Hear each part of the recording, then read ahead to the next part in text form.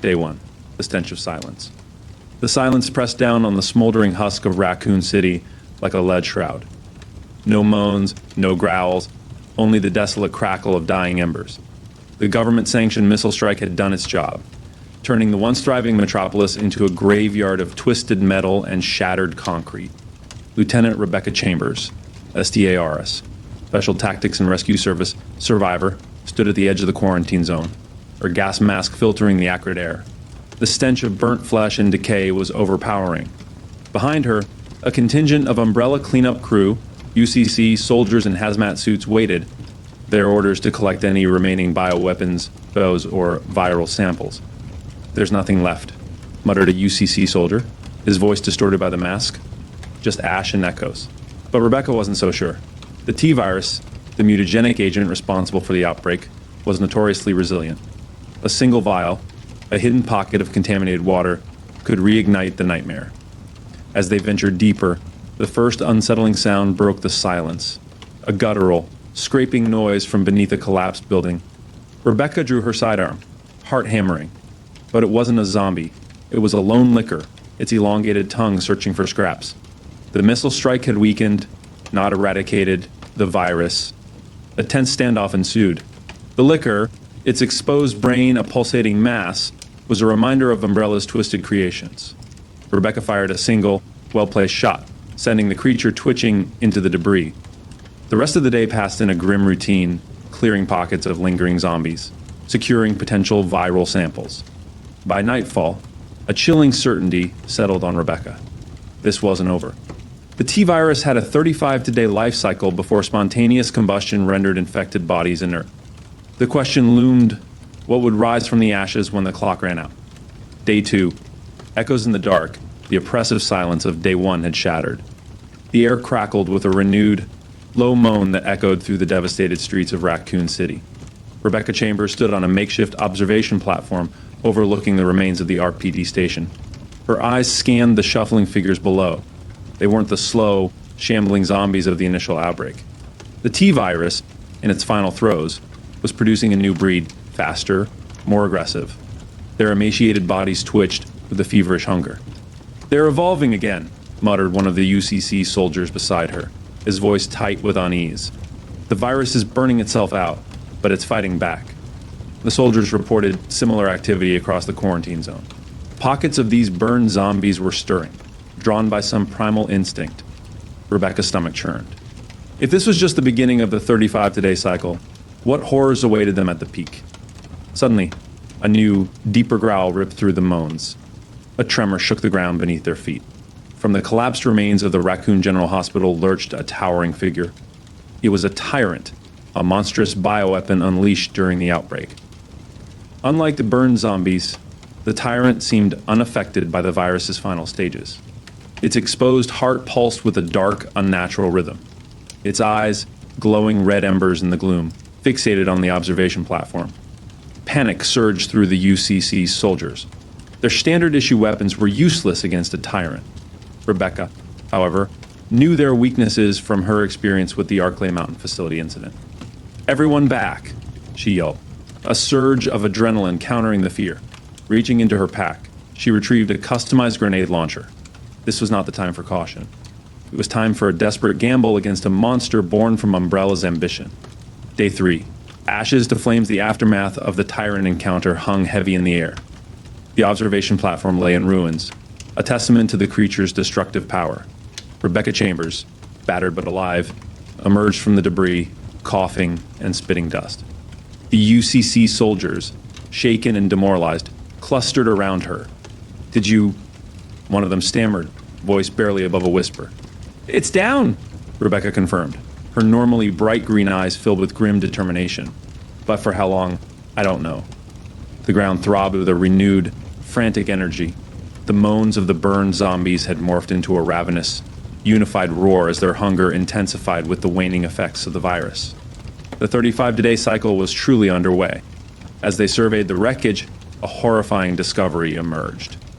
Several canisters, their familiar umbrella insignia mockingly intact, lay scattered amidst the fallen debris. These weren't the standard T-Virus canisters.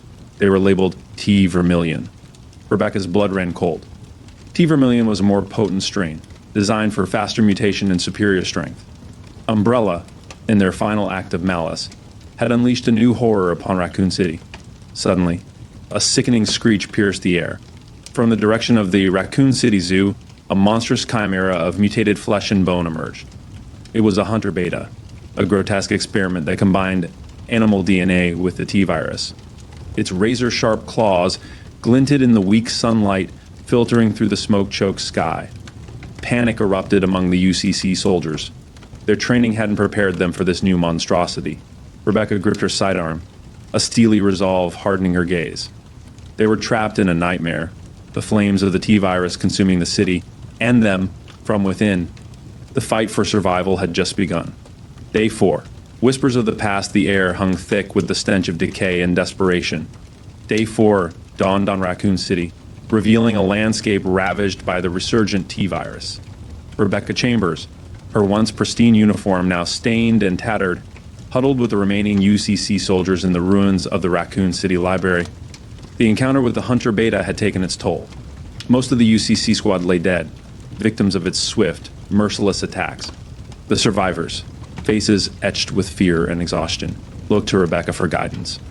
"We need a plan," Rebecca announced, her voice hoarse but firm.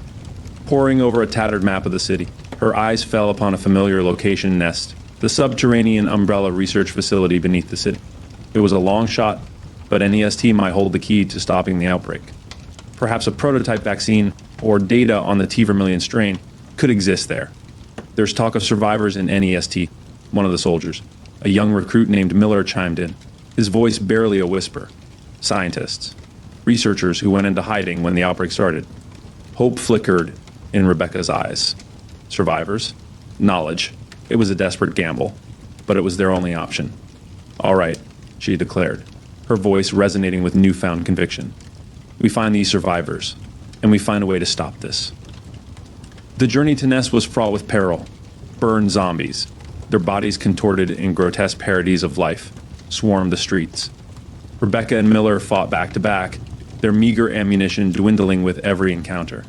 Suddenly, a guttural roar echoed from a nearby building. A Cerberus, a three-headed canine bow, emerged, its eyes glowing with predatory hunger. The remaining soldiers opened fire, but their bullets bounced harmlessly off the creature's mutated hide. Rebecca, remembering tactics from her encounter with the Cerberus in the Arklay Mountains, acted quickly. She tossed a flashbang towards the creature, the blinding light disorienting it momentarily.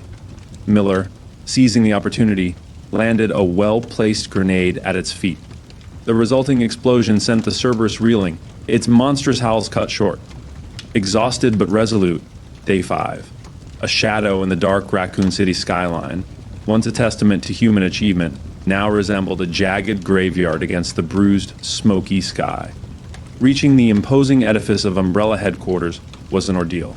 Rebecca Chambers and Miller, the sole survivors of their UCC squad, navigated a labyrinth of twisted metal and fallen debris, the air thick with the stench of death.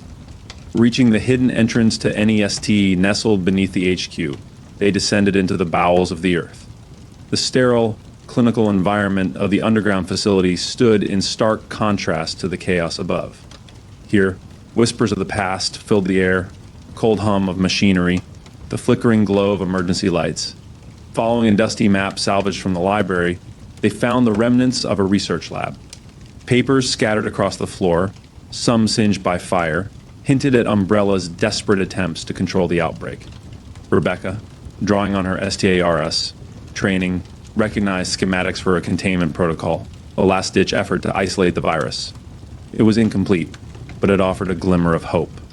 Suddenly, a chilling screech ripped through the sterile silence. A monstrous silhouette emerged from the shadows, a mutated yawn, a grotesque experiment known for its elongated prehensile tongue. Its beady eyes fixated on Rebecca and Miller, hunger gleaming within. A desperate fight ensued. The confined space of the lab hampered their escape. Miller, cornered, unleashed a hail of gunfire, managing to wound the creature. But the yawn, fueled by the T-Vermillion strain, shrugged off the damage and lunged, its razor-sharp claws aimed at Miller's throat. Rebecca, fueled by a surge of adrenaline, shoved Miller aside. Aiming her sidearm at the fleshy maw of the yawn, she fired a single, desperate shot. The bullet, miraculously lodged in the creature's brainstem, sent it crashing to the floor in a heap of twitching flesh. Miller, shaken but alive, stared at Rebecca with a mix of gratitude and awe. "You saved me," he rasped, his voice hoarse. Rebecca, her own body trembling from the close call, offered a grim smile. "We need to find those survivors," she declared. Her voice hardened with determination. They might hold the key to completing the containment protocol and ending this nightmare. With renewed purpose, they pressed on deeper into Nest, unsure what horrors or allies awaited them in the heart of Umbrella's twisted creation.